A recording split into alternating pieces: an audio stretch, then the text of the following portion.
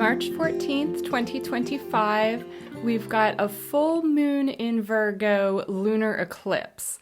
This happens at 2:55 a.m. Eastern US time. Calculate that for your own time zone. For some people, that's going to obviously be on March 13th, but for most of the world, it's on March 14th. And then 24 hours later, the ruler of Virgo and the ruler of this full moon eclipse is actually going to station retrograde in Aries. And it's pretty potent, not just because of the ruler stationing retrograde the next day, but also just because of some of the very precise alignments. So the video that I put out a few weeks ago about the North Node and Neptune conjunct in Pisces, that's still in effect. That's in late Pisces. But also Saturn will have crept up to the sun point. So the degree of the eclipse is at 23 degrees. The degree of the eclipse is at 23 degrees 56 minutes. So almost 24 degrees of Virgo, and then the sun point almost 24 degrees of Pisces. Saturn will be up to 22 degrees in Pisces. So very tight opposition here with that lunar eclipse.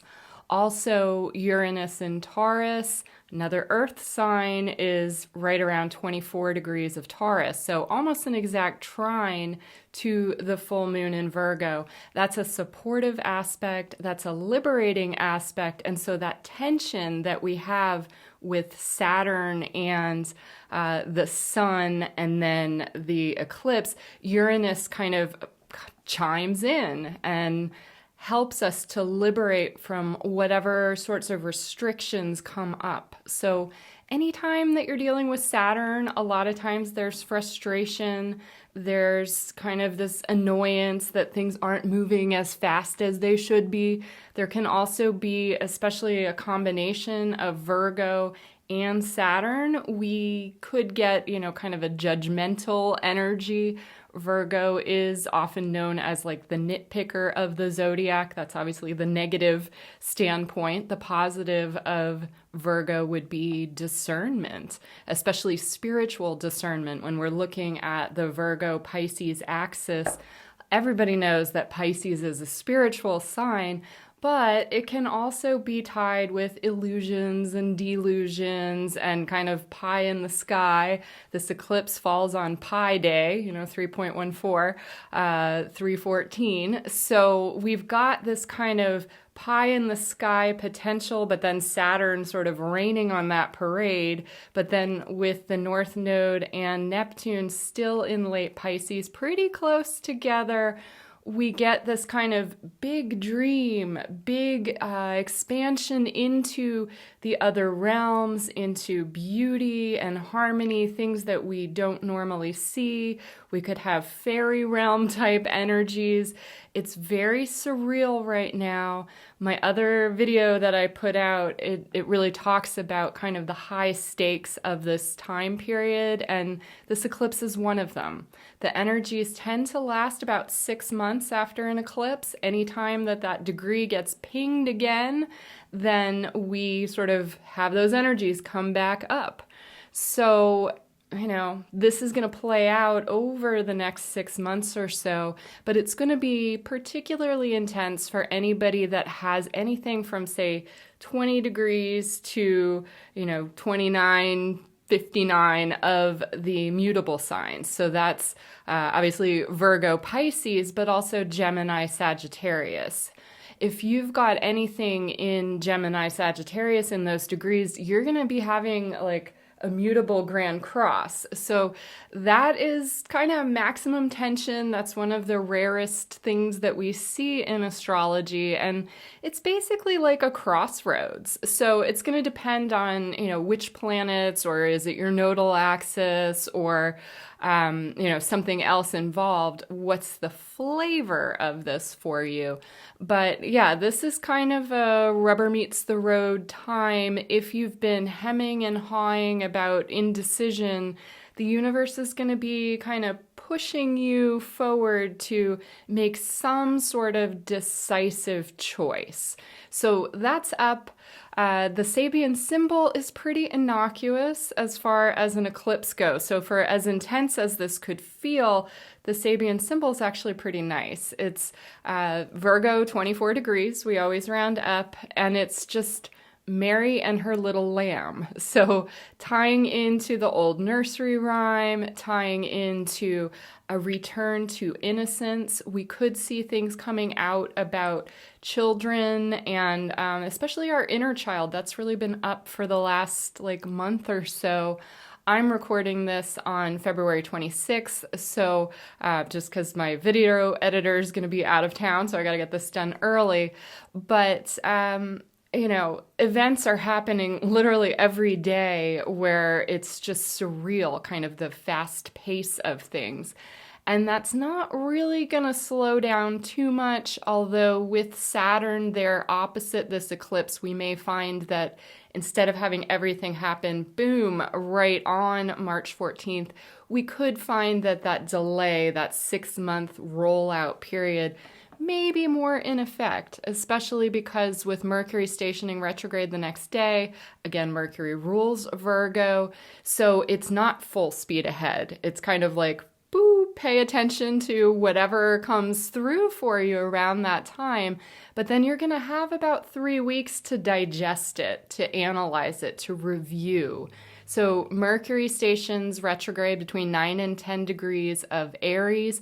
That's right around the same degree that Venus stationed retrograde on March 1st. So we're getting this kind of double whammy of retrogrades, and they're going through a lot of the same degrees. So this is significant.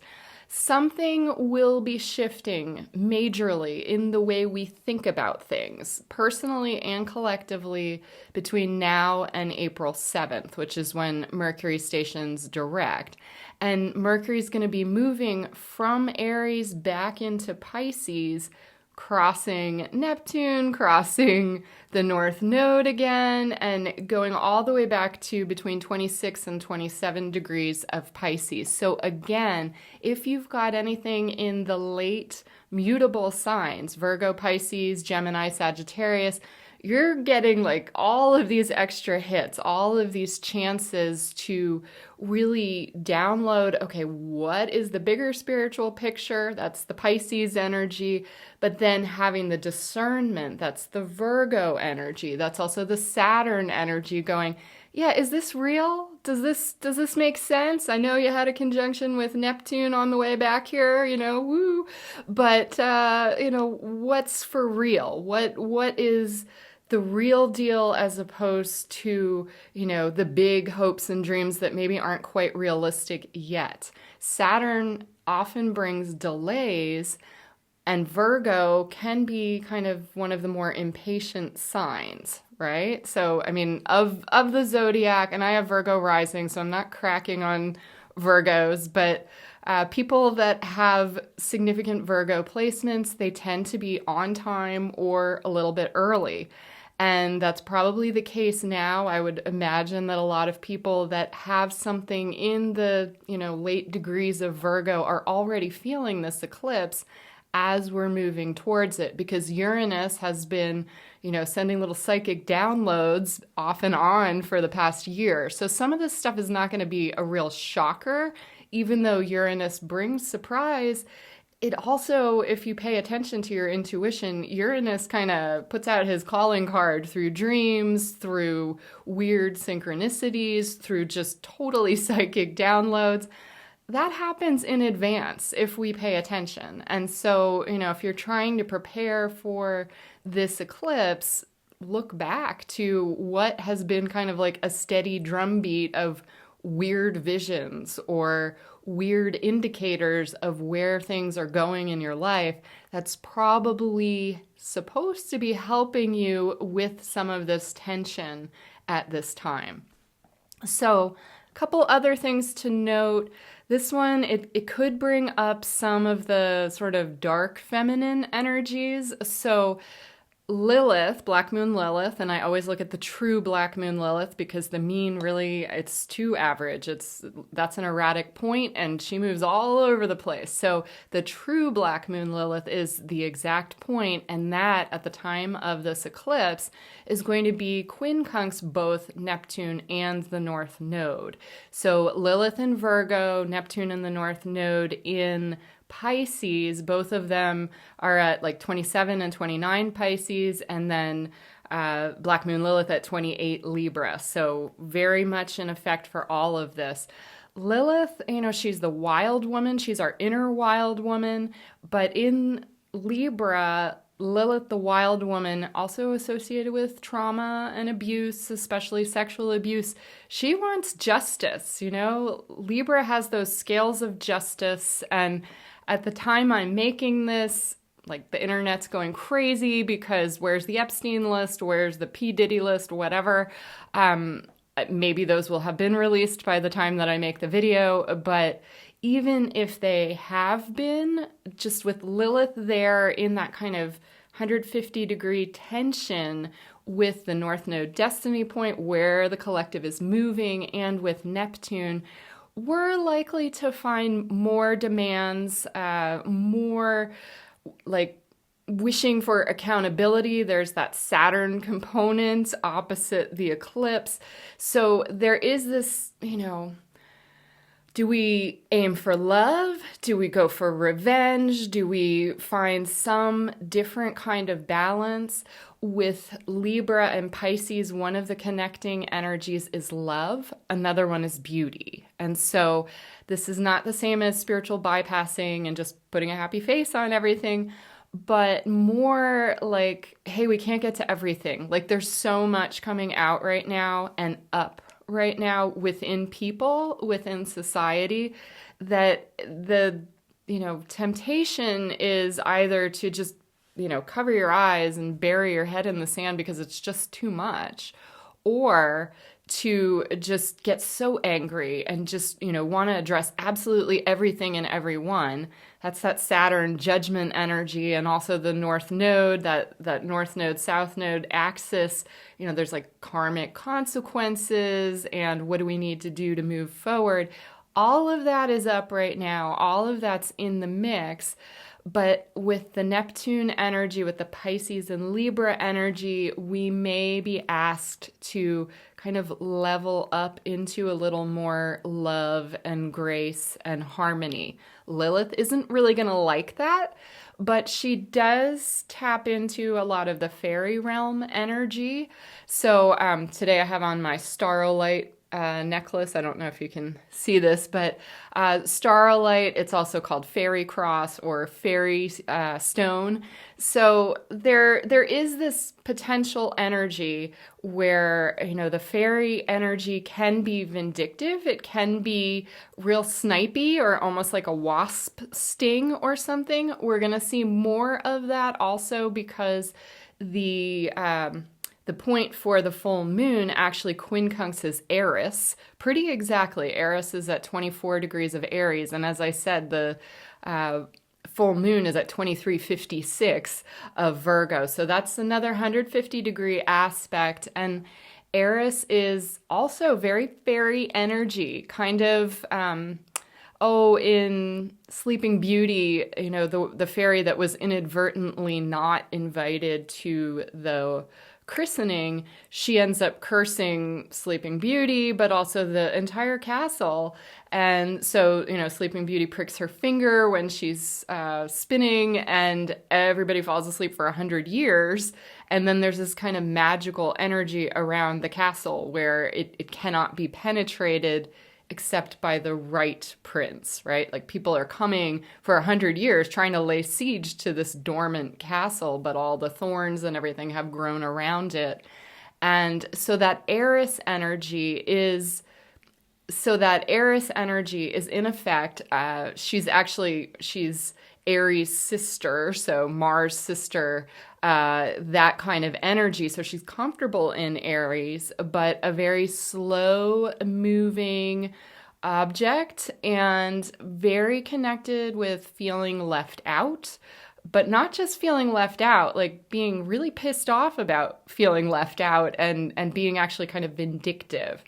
And so that energy is going to be up. And I know, there's so much change happening right now. And wherever you fall on the political spectrum, and it's like morphing every day, but wherever you fall on that, as far as like, corruption exposure and firings and that kind of stuff, you have to remember that this is affecting real people. And so there could be some of that Eris energy. And I think it's a safe bet to assume that most people at this time are really stretched. Like they're stretched to the edge or to their personal edge, even if it doesn't look like it. And so some people are going to lash out. And some people are going to take things personally that aren't even meant to be personal at all. It's just that there's so much happening. And with all the Pisces energy, there is a lot of confusion, a lot of subterfuge. There's just a lot of things that aren't clear yet. And after the eclipse, again, Mercury retrograde until April 7th. Venus is already retrograde from March 1st until later in April. So we have this like internal review happening. And that's a wise thing to be doing right now because we have a lot of shifting sands and a lot of inner reactivity. There may be old wounds. The moon also quincunxes Chiron in Aries. Chiron has moved up to 21 degrees Aries. So if you are one of the people like me who has something right at 19 Aries that's been just getting hammered since 2023, especially with the eclipse last April on April 8th, which was right there, there's some relief, except it's not totally done yet because April 7th, when Mercury stations direct, the sun will be at 18 Aries. So that stuff is still coming up for review, for healing, and Chiron's an interesting energy. I mean, it can bring pain. It can bring injury. It can bring up old childhood wounds. With that Mary and her little lamb, what I feel we're going to have the potential for is kind of a return to innocence. It doesn't necessarily mean like you forget about everything that happened.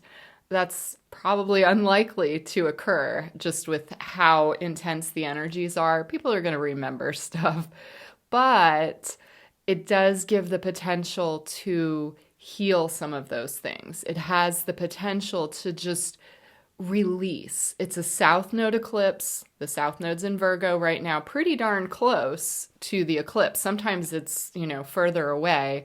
The eclipse on March 29th, for example, is in Aries, right around that exactly 9 degrees Aries. So same point, essentially, where Mercury's stationing retrograde. We're going to have the eclipse on March 29th.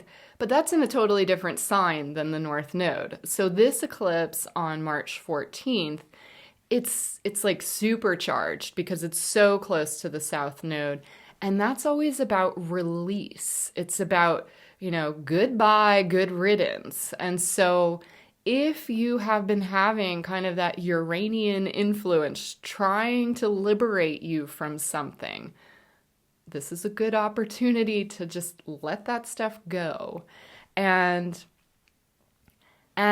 with it being in Virgo, the negatives of Virgo would be too much concern about time. Like, it's late. Why haven't things happened? Why aren't they happening faster? What's my 5-year plan? Oh my God, I'm so paranoid. What's going to happen? Like the anxiety can come up, especially because Mercury will be going retrograde. That can make things a little wonkier. That can make the mental realm a little bit crazy, especially in Virgo.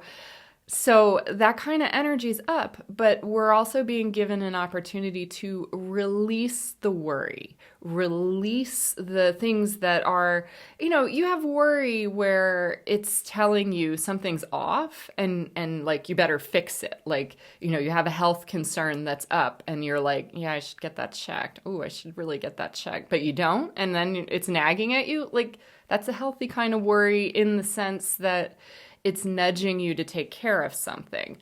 If, on the other hand, you've got something and you have no control over it and you're just running through all of the what ifs, that would be a good thing to offer to release at the time of this full moon lunar eclipse, because it's not helping you. It's like praying for the things that you don't want if you're just fixating on all the things that could go wrong. If you use that energy to troubleshoot, if you use kind of that Saturn builder influence in Pisces with the sun near there shining light on it to say, oh, okay, I see this foundation is kind of rickety, or, oh, there's a huge crack, I gotta fill it, I need to get things in place. That's an excellent use of worry energy. But what I'm talking about is the stuff that's just kind of, bugging you. Let that stuff go. It's not necessary at this time, and it's not helpful. What is helpful is tuning into your intuition, having some kind of spiritual discipline, whether that is, walking meditation, 5 minutes a day of very conscious breath work. Yoga is excellent at this time with this Virgo Pisces axis. I mean, that it's like uniting, union, uniting the spiritual awareness, the emotional realm, and then the body and the mind. All of that coming together can be very helpful. So I hope that this is helpful. I'm going to try to also put out a video for that March 29th eclipse, which is a big deal because Neptune enters Aries the next day. So we're getting this kind of supercharged energy lately. In January, we had the new moon in Aquarius, and then Uranus, the ruler of Aquarius, stationed direct the next day. And then with this Virgo eclipse, we've got the Mercury Retrograde energy the next day, Mercury ruling Virgo. And then with the eclipse on March 29th, that's in Aries, but Neptune, where the North Node is, moves into Aries the next day. So it's, again, the energies are big right now, very easy to slip off a good timeline onto a negative one, but also equally easy to kind of level up because everything's super permeable and bendy right now. So pay attention to things. If you have to sign contracts between now and April 7th, just really dot those I's and cross those T's. If you can avoid making a huge commitment right now, that's probably wise, just because this is likely to be one of the bigger Mercury retrograde periods in terms of review and a change of our minds after the fact. So you may not be the same person after April 7th or after, even like through the end of April, because we'll be having all these energies with Saturn, the North Node, Mercury, and Venus all in late Pisces there. So hang tight, pay attention to the sudden downloads, but just realize that although this is a very intense eclipse, it's likely to have a little bit of a slower rollout than some. All right, you guys take care. Peace.